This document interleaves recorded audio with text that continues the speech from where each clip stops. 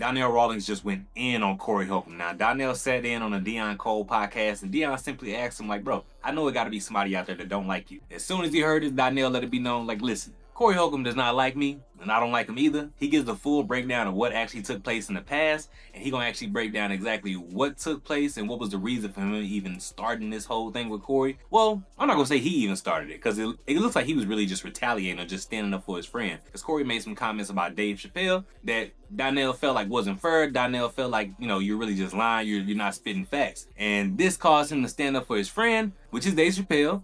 And as soon as Corey made his comments at the Laugh Factory, Donnell had to speak out about it. Now, on this podcast, Deon does give a little bit of pushback when Donnell's making some comments, because Deon also has a relationship with Corey as well. Deon and Corey, they don't got no beef at all. They actually are cool. They actually are friends. But after this interview, we're going to see if Corey has any comments to make about Deon, because Deon was laughing at a couple jokes. So, you know, Corey might end up calling this man Deon Backdooria as soon as a new episode drop on Tuesday. We're going to find out. I'm sorry for rambling, but I'm going to let y'all listen in to what Donnell actually was saying on the Deon Cole podcast. And he breaks down a story about what took place. And I'm listening.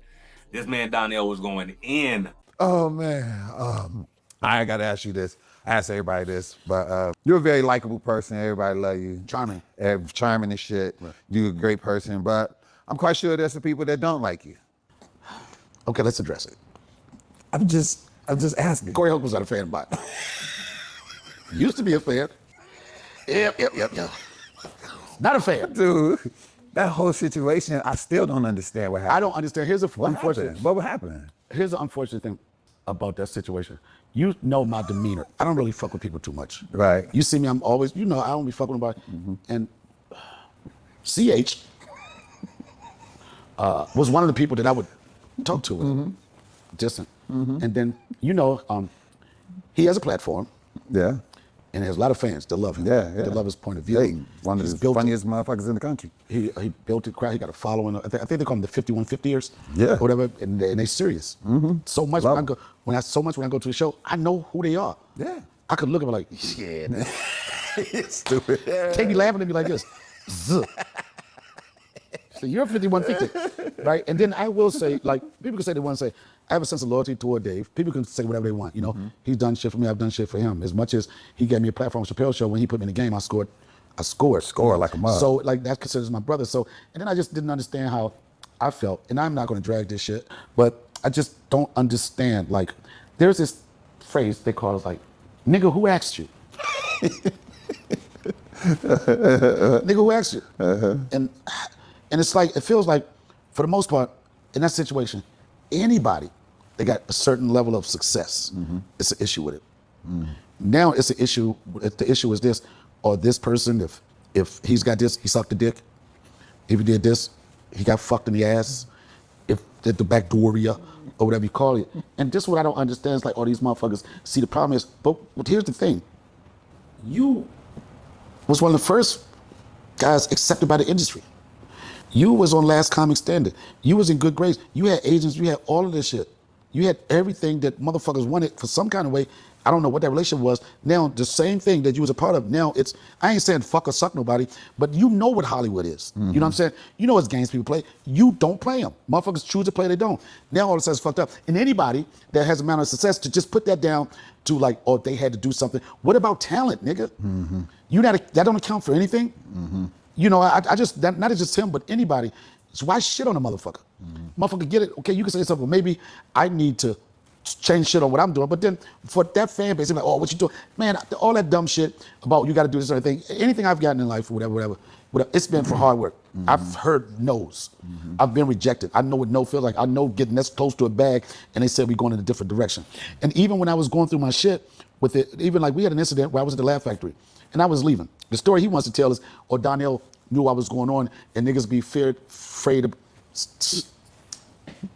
What? No, I'm just saying like, oh, he got a problem because he had a problem with me because I was going on after him and he thought that, nigga, I don't give a fuck about that. Now, I'm about to show the video as well about what actually took place down at the Laugh Factory that they're talking about. Now, Corey was on at the Laugh Factory and I guess Donnell had a set before him and he decided to just sit in on the set and just listen to what was going on. And I guess at the time, Corey made some comments about Dave or made some comments about Donnell during that set, and that's what popped everything off. You mouth sauce, my Mild. M-I-L-D. You catch up. You ain't have sauce. Nobody agree? So I'm wrong. Okay, I can be wrong. I'm talking about, but we at the what is this called? This is the Laugh Factory. We was at the Savoy, you wouldn't be able to be up here that long. The niggas be like, get your whole ass down, nigga. I came up in the hardest rooms in Brooklyn. And you ain't never with them rooms. You just yelling. Because I don't have a mic. I can talk to you straight up. You want to talk about it? You saying I'm mild. You saying I ain't come through the streets or the gutters is straight bull. And if you want to ask somebody, ask the mother that you know what I do. Okay, all right. Listen. This be fair. Fair conversation. Larry, way to go. No. Let's be fair. Let's be fair and real. You say you keep it 100. Know how I get down. How? 32. I rip. You rip lights? I rip. You ask any ever see me bomb. Anybody. And you ask anybody that don't know me, I keep it gangster. I don't say you No, bomb. you trying to say I'm a bum. I ain't no bum. No, I didn't say And that saw. Your is mild. It's mild. You know what? You know what you're doing now? You're a provocateur. You know how to incite people. Ain't nothing mild about my. People look at you. Ain't nothing. If you was at the mall, they'll put you out with your hot dog in your hand. And guess what? You can say what you want to say. You calling me a mild comic is totally off. So you're a strong comic. I'm a beast.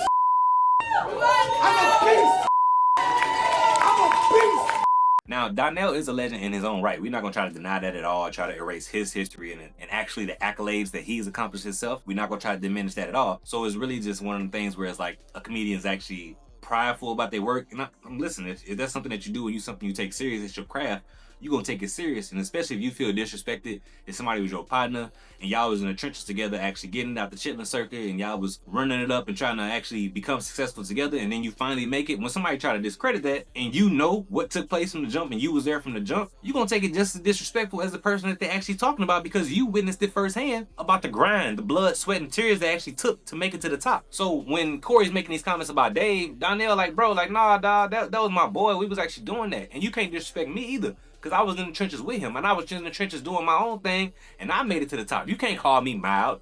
I ain't no mild sauce. I ain't mid. You know what I'm saying? So what can we do about this? Because eventually, Donnell had to speak out about it, because he ain't finna just sit back and just keep letting this man be disrespectful every single time. I was prepared to get triggered, because it's the same shit. If you did this, you must suck dick. You bring your podcast shit to a platform. No, niggas ain't. And I got offended, and I did yell out at a show. Yeah, I seen that. I yelled out, and people did this. This is the bullshit. Motherfuckers say, well, you know, you're not supposed to yell out to a comic on stage. I'm supposed to give a fuck about a nigga don't got respect for nobody? Say whatever the fuck you want. You ain't supposed to yell out. I know I ain't supposed to yell out. I did. Right. Then you try to hit this whole, you mild. When he, on that video, I just gutted this room out. When he was like, well, he a bullshit comedian. Guess what? He couldn't get nobody to ride with that. Wasn't nobody like, yeah, he is whack. He could. They was like, nah, nigga, this nigga just ate the stage up. And then it was something that was following me. Everywhere I went, people talking about it. And I say, even when I talked about it on TMZ, I always give him his prop. I say, you know, if you like this type of humor, if you like the dark shit, it's not too many motherfuckers that you could see be right in the middle of walking the whole audience, say one joke, and then he got the audience back. Yeah. He's a genius in his own mind, dog. I mean, I'm not in his own mind, but just he's a genius. And it's on his, you're right. But can't nobody, no, not like that. But no, can't nobody do what he do. That's what I mean. I'm in his own right. Now that's a fact right there. Deon is spitting the absolute truth, and he's actually giving Corey his respect.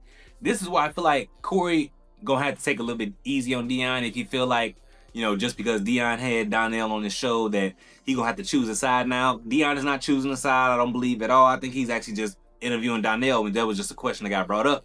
So maybe he felt like this was the perfect time because Corey's name has been trending. So we're going to figure out exactly how Corey takes this, but Deon does give that man the respect. He let it be known, like, and that's true. Like, that's one thing. I make a lot of videos about Corey, and I'm not going to deny it, as far as, like, Corey is a legend in his own state. Like, Corey is a legend in his own demographic in his own crowd. And I'm not going to deny that at all. I'm never going to try to discredit that point. But the fact that it's like, you are not going to try to make it seem like Dave and people that have been successful and been in movies that they had to perform in some type of backdoory activity. That's what it seems like Donnell has this real big beef about, is like the fact that you make fun of me and Dave, and the fact that you're saying that just because somebody's been in a movie or somebody or a black man has accomplished something, that they had to perform in some type of backdoory activities, as you call it, or some type of gay activity to make it to the top. And Donnell's really been just letting it be known, like, bro, all you do is talk shit about people. All you do is try to just shit on people and never just actually have anything good to say. He actually points out the fact that Corey also has been in Hollywood. Corey has done 4 movies himself. So to say that, all right, if you've done more than 3 movies in Hollywood, then you had to be doing something, is very hypocritical as well. So it's kind of like, all right, what do we say about this? If you ain't got nothing good to say, don't fucking say nothing Right, at all. right. What do you get out of doing that? I don't give a fuck. What the fuck do you get out? What was the beef? It wasn't the beef. Well, so how did y'all get into it? I just was triggered. Because he said what? Or you said what? No, he said, I was ready to go off. Okay. He said, like, in Hollywood, I was like, he said something about, if you've been in Hollywood, you must have sucked a dick. And I was just like, oh, I was like, I've been in 3 movies, I ain't sucked a dick. Then he was like, oh, Donnell, he said something, he said, oh, comedians be mad at me because I be telling the truth. Who asked you, nigga? Okay. Who the fuck asked you? And I just say, you can say, niggas always talk about, I'm gonna keep it real. Who the fuck asked you? Yeah. Who the fuck asked your opinion about Martin Lawrence, nigga? You say certain shit about goats. Yeah. You say shit about niggas that's doing it, that ain't got time to even think about you. And it kind of makes sense of why Donnell is speaking out about this, because he feel like, all right, this is my partner. My big homie not gonna really speak out about this, about you making fun of him, because my big homie way bigger than you, and he probably don't feel like it's even worth this time of day to even speak on Corey Holcomb. This is what Donnell probably thinking about, all right, this is why Dave not gonna respond to Corey, because Dave up here, Corey down here. But Donnell, his mind feel like, all right, my boy, I'm right here with you, so I'm gonna go at you, because you talking about my big homie. So this is very, it's very commendable, because you can actually understand it. Like, I get it. I'm not taking it away from Donnell, because he got to do what he got to do at the end of the day. This ain't him trying to feel like, all right, I'm just trying to get a name for myself. I feel like I'm just trying to put my name in the circle just because it's hot right now. This is him like, nah, bro, I got to speak on it. I got to speak on the truth of why me and this man are not cool, because he was being disrespectful. He got out of line. He stepped out of line and stepped out of bounds, trying to make it seem like Dave didn't accomplish the things that he did by putting in the hard work. I'm gonna call it like it is. Dave Chappelle ain't got time to give a fuck about you standing in fucking D-Ray Monday night with 125 people in the back like this. He's smoking cigarettes for an hour and a half. He ain't funny. The nigga is the GOAT. Yeah. Guess what? He can go up there, and even when he's talking shit about that, if you see Dave Chappelle at D-Ray's Monday night, it's because he want to let you know I'm accessible to niggas and I love my people. Yes, sir. I'm going up there to show some love and say, what's up, nigga? Yes, sir. Not for a nigga to be in the cut talking about he ain't that funny. Yeah. The fuck is you talking about? Yeah. Who asked you, nigga? Mm-hmm. Yeah, no. And I'm going to tell you something. I was just in D.C., Capital One Arena. Niggas can say what they want to say about me. I do know this. When I work with Dave on Karina, ain't nobody on nobody dick enough. I just know this. When these motherfuckers, this is why I know I'm part of that brand, fuck what anybody got to say. When they say you seen him on the wire, you get a couple claps. You so-and-so, you got so-and-so. But when they say you seen him as Ashley Larry and Dave Chappelle show, nuts. 25,000 people go ape shit. Every night. And I ain't thinking about the nigga, Corey, like that. But Dave did another, probably 6 or 7 special, for whatever you want, at the Capital One Arena, right? And I saw 20,000 people get up in their seats just to go look at the light where he coming out of. Yeah. And I'm like this, you know what? This would be a good time for Corey to watch a show. I ain't been nasty or nothing. Yeah. And this, especially, we live in a world where motherfuckers always want to, what's click? I know what click is. I hate talking about this because I don't have no position on it anymore. Mm-hmm. You know what I'm saying? And it's unfortunate because I consider him, I don't know what I consider him, but I respected him. Mm-hmm. I thought he was a funny guy. We have some mutual friends or whatever. Yeah. And it was just, to me, it was silly. Yeah. And then even any platform, I always say, you know what, I shouldn't have yelled out or whatever, but it was frustration. You can take and spin this all you want. Yeah. When you start trying to put in the universe, Deon, we came through the same shit. Right. We did the crappiest, shittiest rooms, the toughest rooms.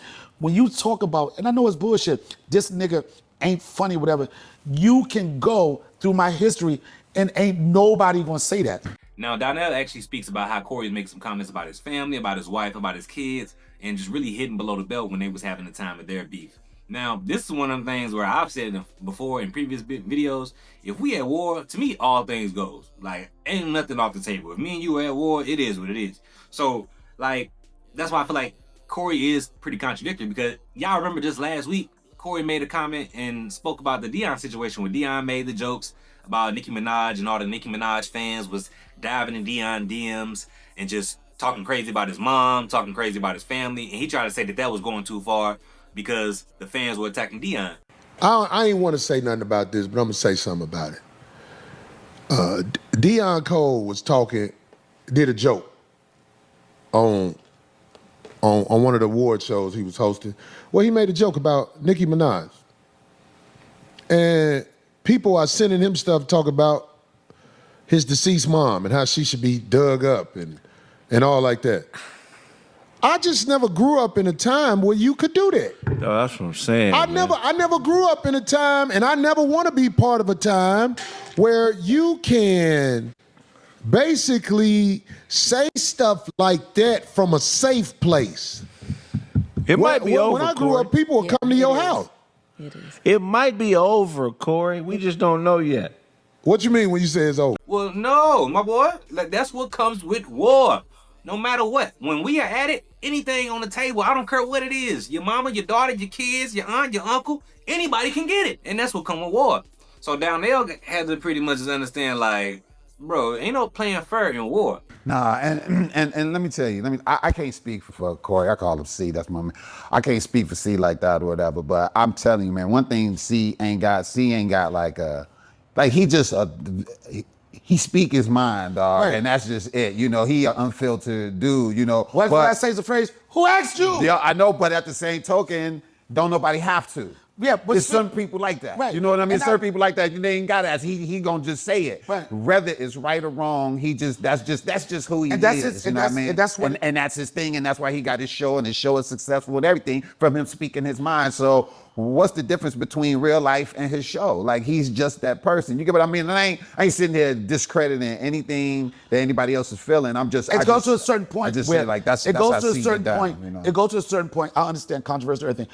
It goes. This could apply to anybody. It goes to motherfuckers start speaking in sound bites and triggering shit. Motherfuckers know what's going to move the dial. Motherfuckers know going against the grain. Stephen A. Smith. You know what I'm saying? If everybody's saying yellow, he gonna say pink. Yeah. It's shit that you know, and that's going to boost your algorithms and all that type of shit. But everybody don't subscribe to that shit. Right. And more power to him. He's got the fans that he have. You know what I'm saying? He do his thing, and he's good at it. The unfortunate thing about it was, like I say, I don't fuck with nobody.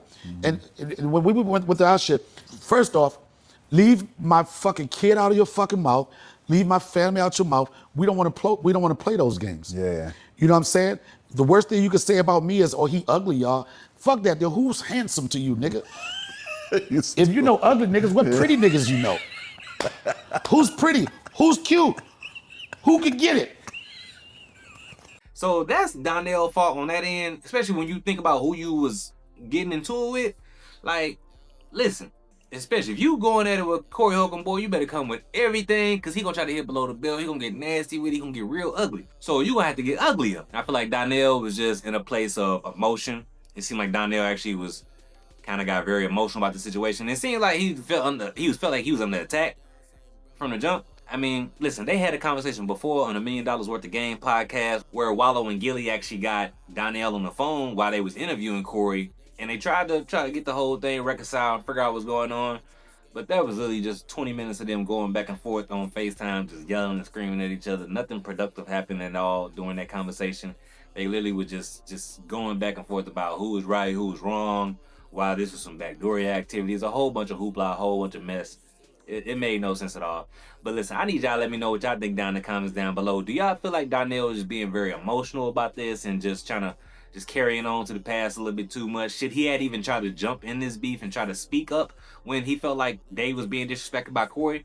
Do y'all feel like Corey is in the wrong? Do y'all feel like Corey is just somebody that just steady getting into it with everybody and just he's this negative, dark energy that's just around in the comedic community? Y'all gotta let me know what y'all think down in the comments down below. Listen, if you watch right now, we almost at 3,000 subscribers, y'all. Go ahead, join the family if you watching. Go ahead, smash that like button for your boy. Dive down in them comments and let me know what you think. Also, turn in the notification bell. Smash that hype button, because that's how you help small creators like me grow and get into the algorithm. Smash that hype button. I really appreciate y'all watching. If you like these kind of videos, go ahead, tap in right now. I got a video about Roscoe Dash and why the industry did him so dirty and wrong. I don't know what took place with that situation. Also, I got a video as well how WAP Block J4 was tragically murdered outside his op block. Now, if y'all don't know, J4 was actually an affiliate of Mo P. Mo P is the biggest and baddest drug dealer, gangbanger, gangster, boogeyman of all time in St. Louis. Y'all gotta watch that video down below. Let me know what y'all think. I'm gonna catch y'all next episode. Peace! And we out.